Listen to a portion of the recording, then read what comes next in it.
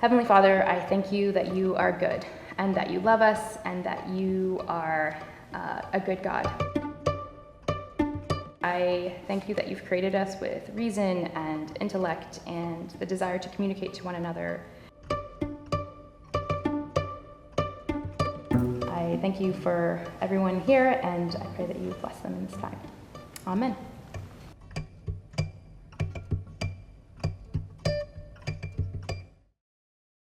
Hi, I'm Fabian. I am a fourth year at Redeemer. My major is social work and a double minor in business and politics. An interesting fact about me, well, I'm short, but I'm actually 4'11", so I don't know, kind of cool, I guess, at Redeemer, where everyone's tall, so. I'm Tabs. I'm a second year. I major in kinesiology and I'm a bio minor. And an interesting thing about me is I make music. I'm on Spotify too. Shameless plug. My name is Tiara. I'm a second year majoring in political science and minor in philosophy. And an interesting thing about me is when I'm not in school, I'm actually a full-time real estate agent. So another shameless plug. If you want to buy a house. I am Erica Rosema. I am an English literature major and, second year. And this is not totally about me, but I'm going to Oxford next year for the Oxford Exchange Program, and I'm very excited. I'm going to go to school at Oxford. I'm Nathaniel. I'm a fourth year, and I'm double majoring in history and philosophy. And a interesting thing about me is that I think that philosophy and my job in concrete coincide perfectly. So, I'm Finn. I'm a media major and a history minor. I guess an interesting thing about me is I love sailing. I guess I'll just go with that.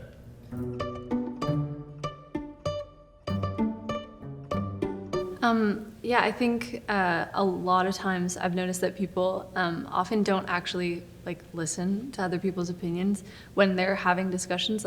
Instead of active listening and hearing other people's perspectives and then responding, they just wait for an opening to say their opinion, which kind of defeats the purpose of conversation. It's more so just talking at someone and then them talking at you. So I think that's one thing that I've noticed a lot. And also the idea of people sharing their opinions for validation rather than for opening their mind to new perspectives. I have a lot of friends who will see something and then just say some really unhinged statement, and I'm like, whoa, that's crazy. But I don't feel like they're open to, they don't give the, I was gonna say the vibe. They don't give the vibe that they're open to hearing someone else's perspective. They're just saying, this is something that I saw and this is crazy because, and they just want validation for that rather than an actual conversation.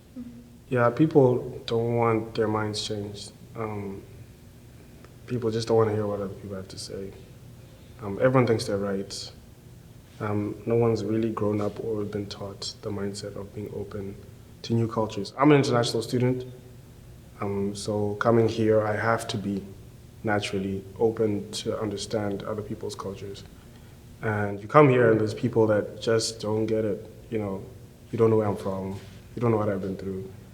And I'm here in Canada, obviously by choice, but we should be open to each other's opinions and stuff. So I just think from my experience, people are just kind of closed-minded. And it's not their fault.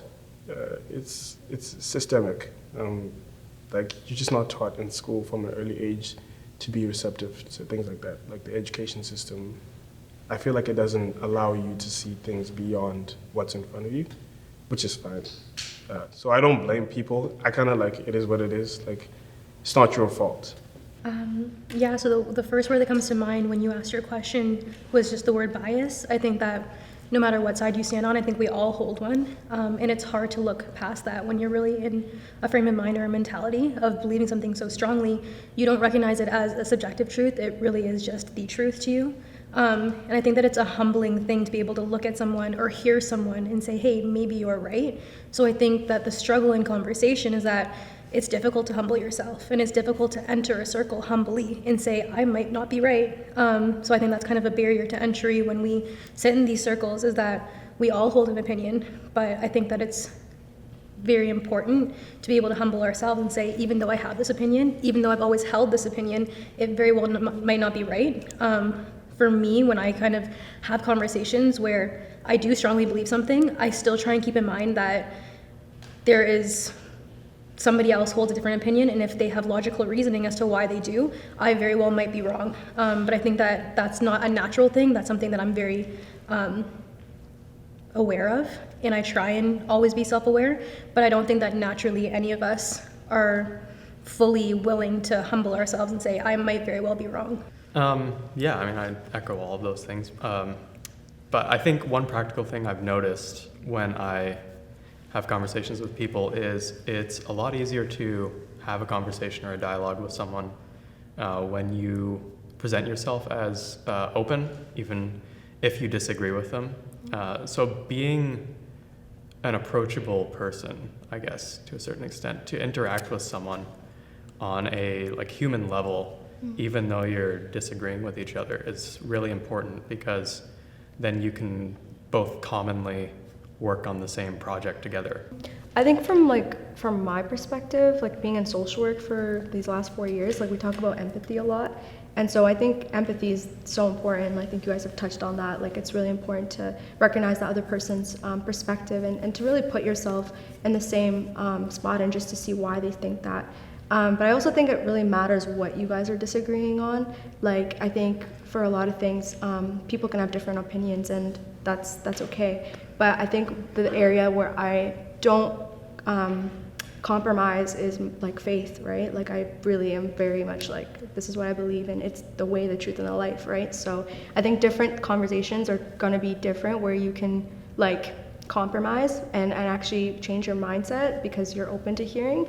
But so it's really important to know your values, because if you know what you hold strand to, then you don't have to, you can still come in a posture of openness and treating that person like they're made in the image of God, but also recognizing that, this is my faith, my value, and I'm going to hold on to that while respecting you, not only just to love you because I'm human, but also God calls me to. And so, yeah, I think those are important too. I think, honestly, one of the most important things in that is just listening. I think that when it comes down to anything, it's just being able to hear, even if you know you won't agree, just being able to sit down and listen to it. I think one of the things that I like to do a lot of the time is, I guess this isn't a dialogue, but it's I'll go online and listen to YouTube videos of people that have differing opinions from me, because I can't say anything, right? You just got to sit there and process what's happening and think through it critically. I think that's just it's a great exercise in understanding another person, but also in just, kind of listening and breaking down what you're hearing. And you're not able to say anything, so it's just, you're just processing that and figuring out what's going on. And it's it's a great way to understand, but also to kind of critique yourself, I guess, which is interesting.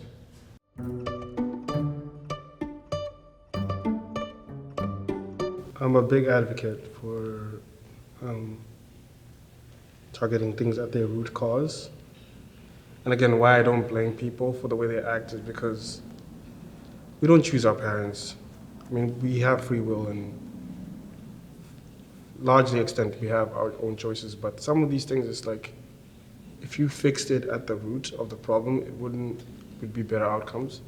So I think schools, teaching young kids early on, our generation is done for.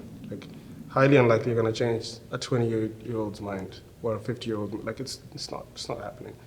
But a kid's brain is malleable and it's open to everything. So I think getting down to the youngest you can possible teach a kid about empathy and emotions and being smart and holding values, all those things. If we start at the bottom there, that's what I feel is the best option. Yeah, kind of piggybacking on that idea, I do think that it's important of how we kind of mold the next generation, but it's also important to be mindful that we are the ones that are going to be shaping their minds, and so correcting us is kind of targeting the root, in my opinion. I think that there's a couple of ways to do it. One is the way you present your thoughts, and two is how the way you receive the thoughts of others and the ideas. And I think that language is really important as well. Like I wrote an essay yesterday on language in relation to politics and just kind of the way that it's used and the deceptive nature. And I think that can kind of correlate even to this conversation of the language that we use is important, and we should be mindful. And when we're delivering our opinions and our ideas and our thoughts in these conversations, we should be mindful of how we present them and the language we use and the emotion that we bring behind them, which obviously is easier said than done. On the flip side of that, I think the way that we receive from others is really important. I think that we all have heard an opinion that we've disagreed with once or twice, be it in our social circles or through our social medias. One way or the other, we've heard it, but I think that the way we respond and react says a lot about ourselves. There is a danger for us, I think. Also, we want to be empathetic, but there's kind of two ways I think that people throw around empathy. One is you have to match what I'm feeling right now, and they'll use it as a way to drag you down into them and control you, which I think plays into the idea of words, especially.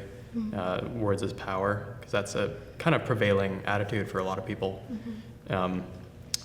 Whereas I think having an attitude of compassion is different, because if you're compassionate, you can empathize with someone, but you don't go where they're going if where they're going is wrong. And that can help you to maintain a level head, not get pulled down, not get pulled around in a conversation, and see if you can do good too, because it's not just subjective. Sometimes people say evil things, and you have to be able to act like a Christian or a moral person despite of that.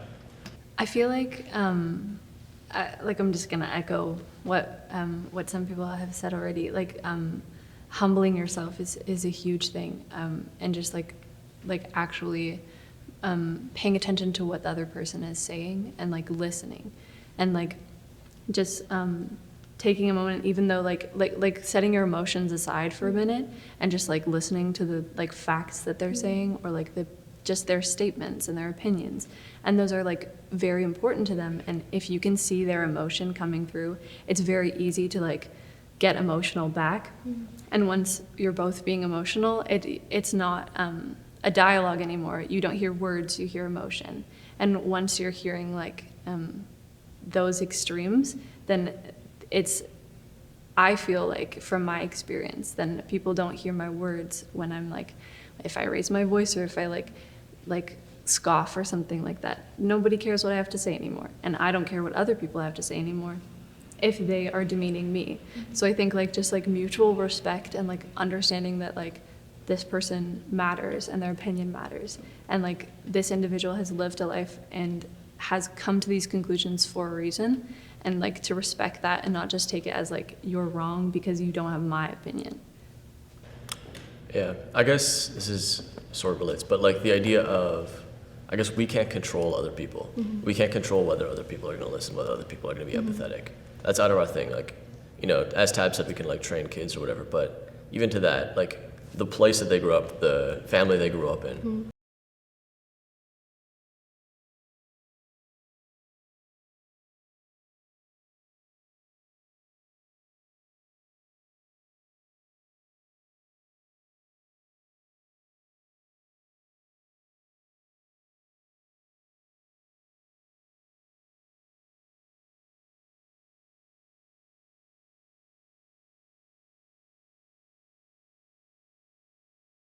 You know, other people see that. And I would also agree with you in the sense that you do have to be critical. You do have to be thinking about what you listen to.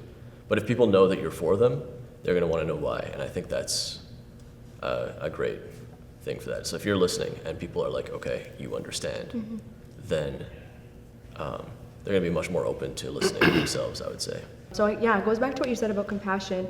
But I really think we need to lead by example too, right? Like if you want to be heard, you need to be listening to hear what they're saying to you. But also, if you want the same person to want to meditate and really ponder on what you've said, like you need to also consider deeply what they're saying. And I think that comes with just a lot of self-awareness. You need to be very self-aware of yourself and what you think, what your values are again, but also show that same compassion to them at the same time.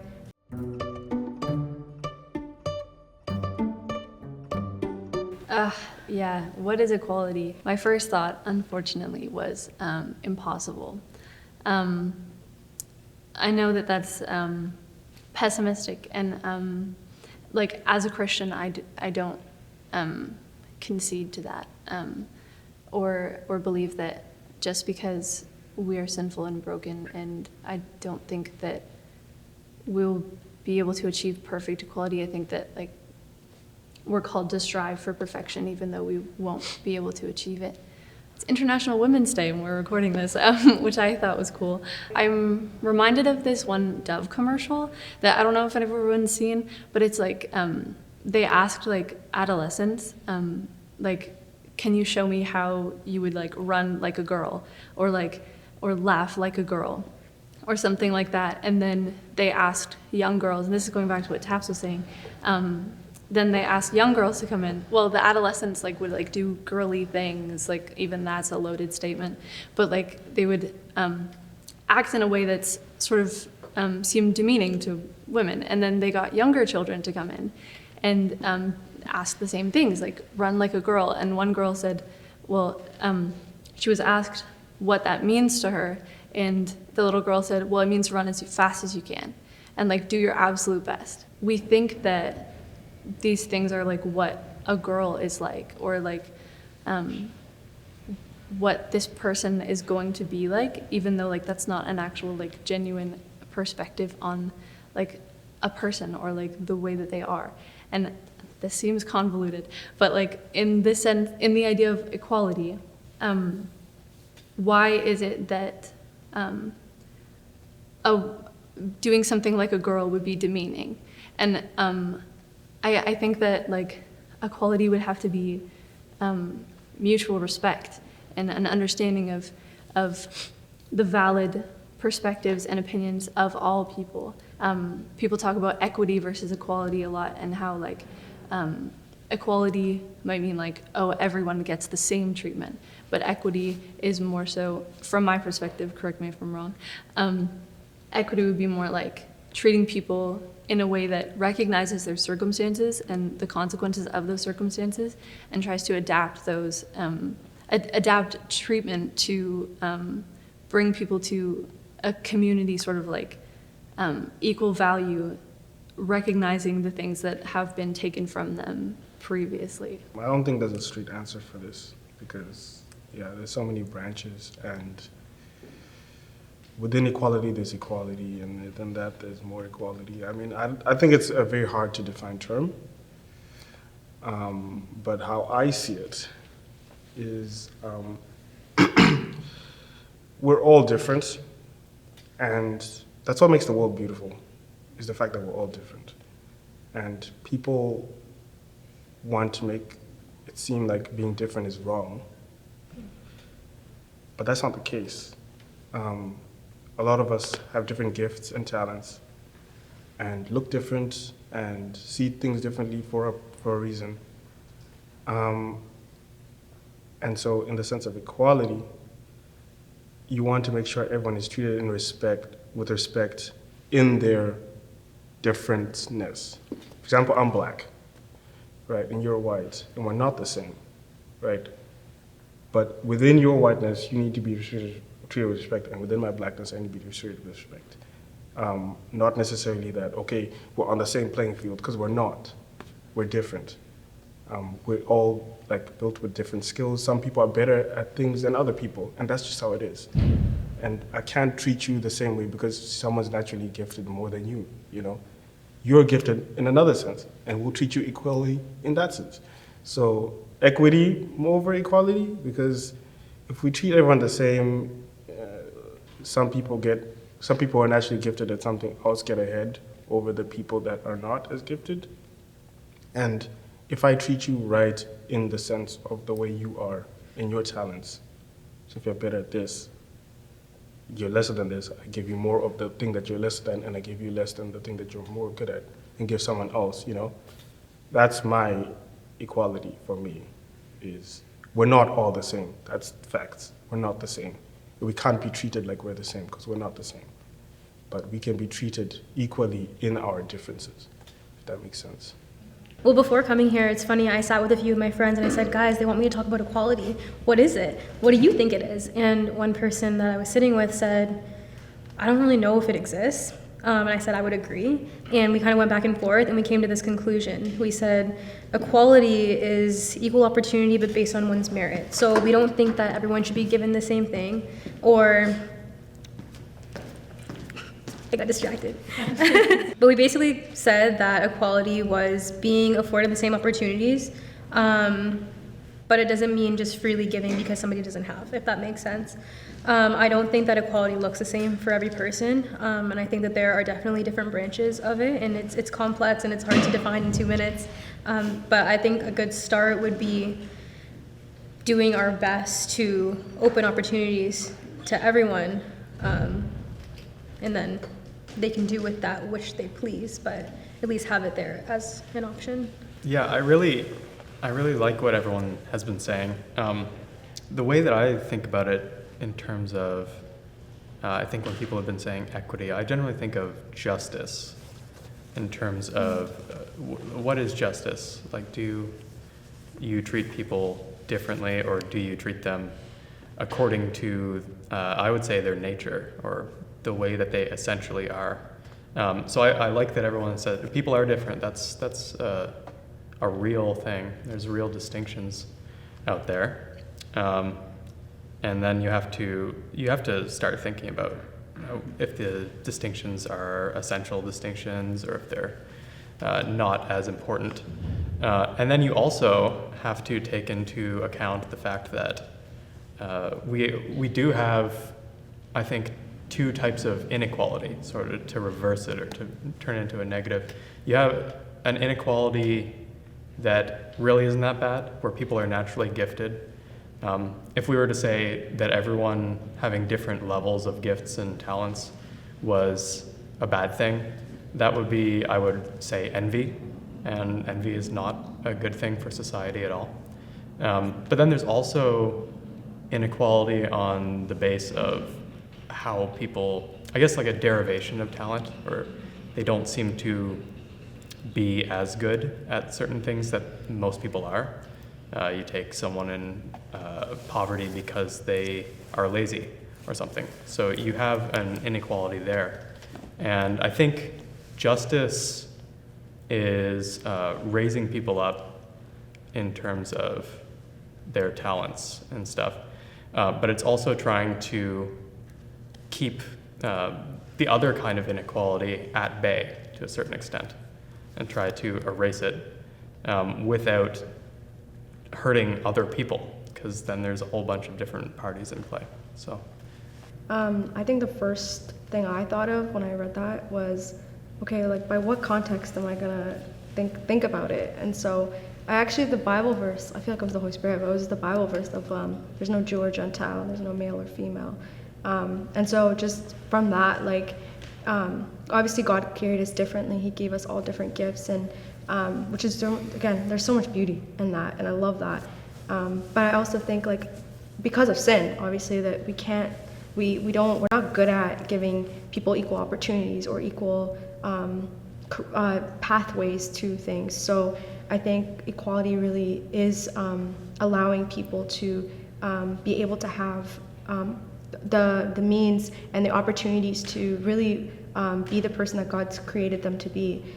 Whether that's like, you brought up the poverty, like I'm in a poverty class right now, like a 4th year class, and we talk about, what is poverty, and how, like when in terms of inequality, what does it look like for someone to exit poverty?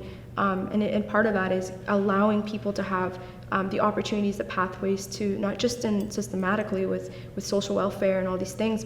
So I think equality is not only the policies, the politics, the systematic, but I think it's also the one-on-ones, and like how, I don't know, that's my perspective. Like equality also starts from allowing that person to, how can I contribute to your success? so that not only do I have the opportunities, but I want you to also have them. And individually, how can I do that, as well as the policies and systematic things as well, because I think that's important. Yeah, I think I'd agree with most people here on like kind of that difference between equity and equality. And I think I'd say like a lot of the time I think we as a society view like equality as all being the same almost. It's like you just kind of put a sheet on everybody. It's like everybody is this type of person, and that's what equality looks like when everybody's on the same level in both like, you know, equal opportunity and in, you know, how they behave and look. And I think that's a very bad example of equality. I think the differences are what makes everybody, you know, that's what equality is. It's like seeing everybody differently, but not treating them any different, I would say. You know, like we're not all the same person, and we all are unique, and we all bring different things to the table. But, you know, it's where you see the people as, okay, they're different from me, but they're still a person, and it doesn't change how you view them almost. And I think that's the most important part about equality.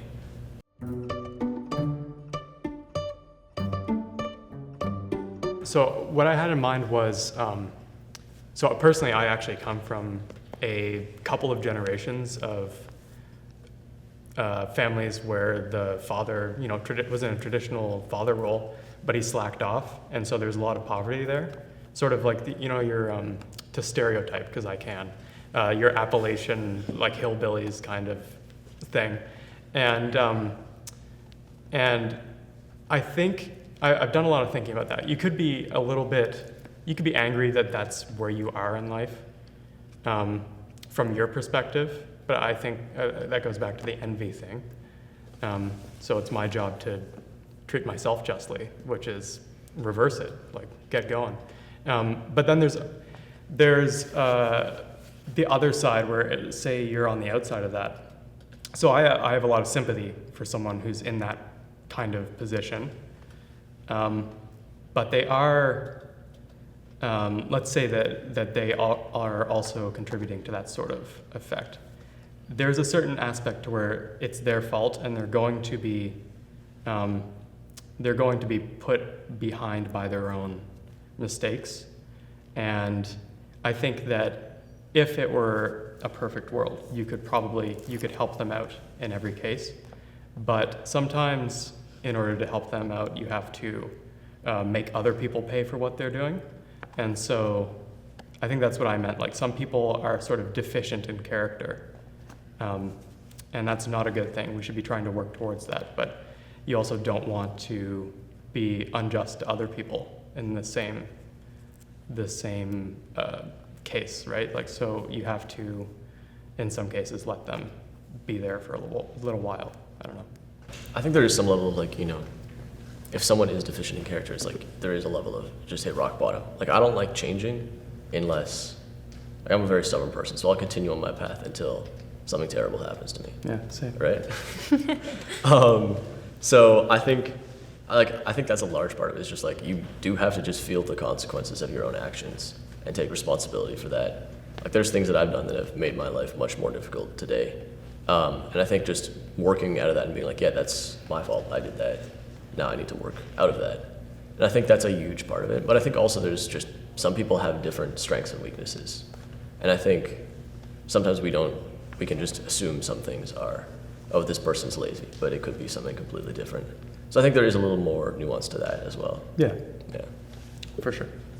I don't know, like, I think his comment, I like that you brought it up and that you shared your personal, that's really nice, thank you. You're Yeah. welcome. I appreciate it. Yeah, it's vulnerable. It's like, it's hard to talk about some of the stuff, but yeah, I think, yeah, every person has different reasons why they're in poverty, right? We can't just say that, like, we can't just assume that this person's in poverty because of their own personal, not just that reason. Obviously there's like family reasons or like economic reasons, like we might be in like inflation or all these things. There's so much variety in why people get into poverty. So yeah, I just think that's an interesting point. I think, like, I'm literally in a fourth year poverty class, and I think some of these thoughts we had to wrestle with, and why we think people are in poverty, and what is our stereotype of them, and what do the statistics say as well. and what are the personal stories that also matter in these conversations, because it really gives a whole, like, comprehensive view on poverty that's not always considered. On what you've done to get into poverty, if you have, on that point, I'm curious what you guys think about, like, when mental health is like a huge factor in people not being able to get themselves back on their feet. And I know people who don't want to accept help, or like things like that. And like how do you step in, and what can you do to step in to treat them with respect and like help them to be the best version of themselves and to help them to grow, but also respecting the fact that they don't want to accept help? Like what do we do? I don't know. I had a friend, so I grew up in downtown Toronto. I had a friend who kind of grew up in poverty, and his main thing was like for the longest time throughout his teenage years, he was very driven and very kind of like all that. But at a certain point, he kind of lost it. And I feel like there is a certain point where, being in poverty does wear on you. I feel like you lose hope, and I think we saw that. Like, my family provided a lot of support to him and his family, right? In just all of these cases, right? Helping him find jobs and go to school, whatever. But he still just kind of dropped out and kind of just played video games at home till this day, straight up. Like, he just kind of vanished off the face of the earth, right?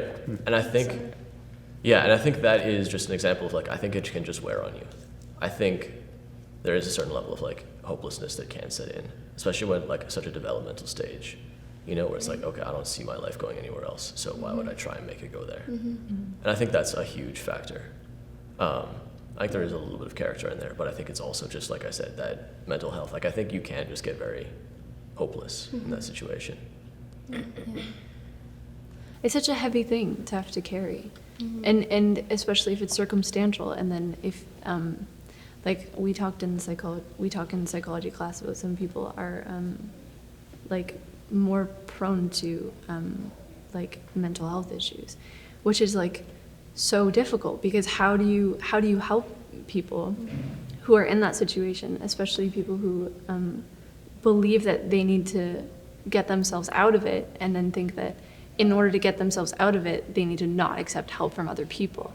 Because I think that for society to be structurally sound, we need to be not so individualistic, and like to believe that we need to pick ourselves up and then we can help society. Like, the point of community and like conversation and like things like this, where we like support each other, is to help each other to grow, and therefore help each other to grow. Like, I think like in someone struggling and accepting help, they learn how to accept help and how to help others in that same situation or different situations. So I think it's just like, so I think maybe I'm just getting to like the root of individualism, but it's just like such a difficult thing in our society when we're so focused on ourselves, and then we want to fix ourselves before we can like help other people. And like, I just don't think that we'll ever be fixed ourselves. We can't fix ourselves. And like, in order to work together, we need to like actually work together before we're like perfect beings, because we'll never be. Yeah, that's kind of a tangent. I know, that kind of reminds me of one of the earlier questions, which was centered around how do we have basically productive conversation, and how do we, come into the conversation with openness. And what I had said was just kind of the way we present and the language that we use. I do think that's really important. I'm reminded of that when Nathaniel was speaking, and he had mentioned, circumstances, and like similarly, my dad wasn't as involved as he could have been, and so my mom, she made it a point about the language that she used. So one of the things was she never used the term single mother, because her mentality was, I never want you to have a crutch. I want you to do the best that you can do and be productive and, be the best individual that you can be. And so I think that similarly to that, it's the way that we position the conversation with people who are struggling or who don't have equal opportunity or don't have the most ideal circumstances. And it's to kind of how we position ourselves, I think, matters. And then how they're going to receive it, I think that's individual. But I think that we can kind of maximize success on trying to present like the help or the support just by the language that we use and how we present that thought. And again, I think that it's very individualistic because of the way that I was raised. Don't get me wrong, I absolutely think that, you know, people struggle, but I do think that the mentality that we carry really dictates where we go. And so I think that when we, you know, there are buzzwords that we kind of introduce into conversations, I think that we do, as a society, especially in the West, I think that we do use some of these words as a reason why we can't kind of snap out of wherever we are. And I think that the growth mindset is helpful because it allows us to acknowledge, even though we're struggling, or even though we aren't all equal, and even we don't all have the same opportunities or the same settings, that we can still kind of, no matter where we are, even though we're starting at different positions, we can all run the race. Do you think that maybe, this is kind of getting it off topic a little bit, but okay, no big theories. Do you think that maybe that might have something to do with the image that we have of so we talk about mental health, right? And I wanted to say mental image, but to sever it so completely off from the rest of the parts of us, I think can be, is that what you're getting at a little bit? Like, you can be a little fatalistic. You can get into a fatalistic mindset because you think of yourself as a machine rather than an organism, or like a symphony. I don't know, something more organic and more natural that can get sick, but also can get unsick. It can heal. It can heal itself. Like, the body does that. That's pretty cool. That's kind of what you were getting at there? Yeah, I mean, I think that there are some things that are out of our control, but I do think that we do have the ability to, I think that the mentality that we carry, it really does dictate how things play out. I don't think that everything is out of our control. As many things that are, I think that we also do have the ability to heal and progress. And I think that the way that we approach struggles or standings that we didn't really bring upon ourselves, but we were placed within, I think that we have some control over them still, if that makes sense. Yeah, I would agree with that as well. Just kind of that idea that, like, we are not in control of everything, and we can't be, but we are in control of many things, and we also have a God that helps us, you know, be strong and, you know, push for those things, and He can help us with the things that are out of our control as well, right? And I think that's a huge part to all of that, is, like, you know, just deal with the things that you can deal with and let God deal with the things you can't deal with. And I think that puts you in such a peaceful position in life, you know?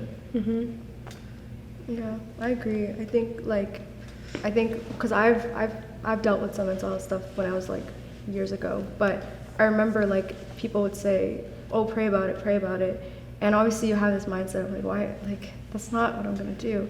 But recently, like, God has really shown me the importance of prayer, and prayer in every aspect of like your mental health, physical health, spiritual health, every aspect. So I think it's hard for people to have daily prayer. I think in a culture where everything is go, and devotions is hard to have, but I think part of mental health is also your spiritual health. I think they're very connected. I think for me, one of the things I like in that way is like, whenever I reach a point like that where it's like, okay, this is out of my control, it's like, okay, this is your problem, God. I'm just gonna take one step forward in your strength. Amen. You know, it's just like, you just keep moving forward, you keep doing your thing, Amen. and let God deal with the rest. Yeah. And I think that's, yeah.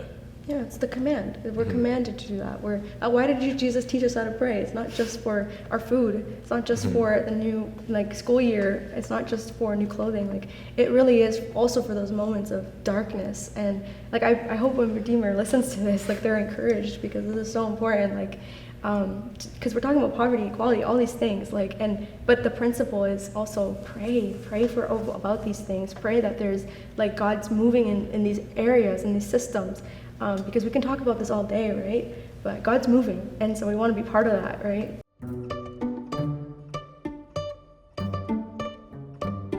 A lot of it is on the individual, I would say. Like, individual responsibility is quite important, and I think, like I said, you must do everything in your strength to, I guess, help yourself, and, you know.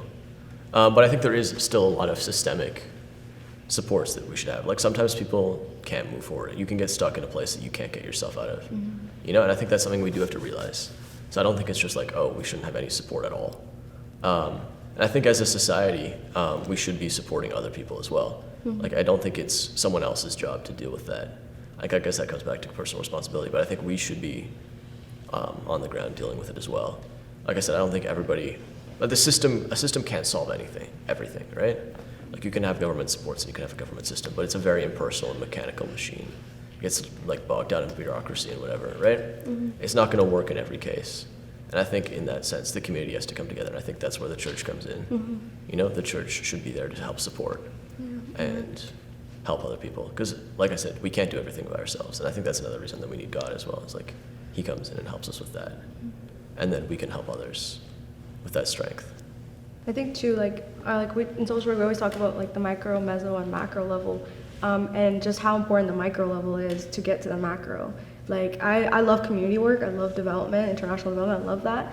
But I also had to be put in my place by my prof being like, you also have to know micro level, like at least in social work, to know how to interact with people one-on-one. So if like yesterday in poverty, we talked about qualitative information. So getting the stories of people that are in poverty, that's why I love that you shared that, because it's important. Like getting the personal experiences from people and then being informed by that and then bringing it up as you go, right? Like informing politics and informing and like making politics political changes by the actual people that are experiencing it, by the actual people that are in it, and like letting those stories and narratives to really hit why we have certain policies and why we have certain things, because I think it goes back to individual responsibility, knowing who is in your community, knowing what are their stories, and then allowing those things. And if we're called to go into politics, if we're called to doing policy and systematic work, if we are convicted by these things that we see, we're allowing that to work through our systems, and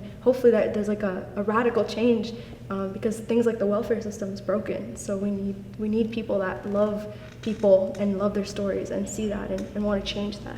Yeah, I'm reminded of the Bible passage about one body, many different parts, and how a society is a group of individuals, and for us to be able to lead, we need to know the people in order to know people as a society, which I think is why psychology is so interesting, but so is sociology, because we need to know people in order to know how we interact with each other and how we can help each other and create equity.